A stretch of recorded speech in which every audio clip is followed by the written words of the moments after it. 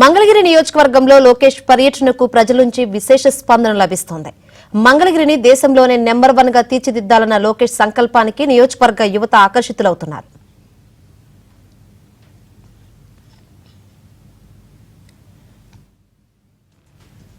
ఈ సందర్భంగా పలు పార్టీల నాయకులు లోకేష్ సమక్షంలో టీడీపీలో చేరారు. ఎస్సీ కమిషన్ మాజీ సభ్యుడు కట్టెపోగు బసవరావు ఆధ్వర్యంలో పలువురు టీడీపీలో చేరారు. అలాగే ఉండవల్లికి చెందిన పలువురు నాయకులు పార్టీలో చేరారు. వీరికి లోకేష్ కండువాలు కప్పి టీడీపీలోకి ఆహ్వానించారు. కూటమి అధికారంలోకి రావడం ఖాయమని లోకేష్ ధీమా వ్యక్తం చేశారు.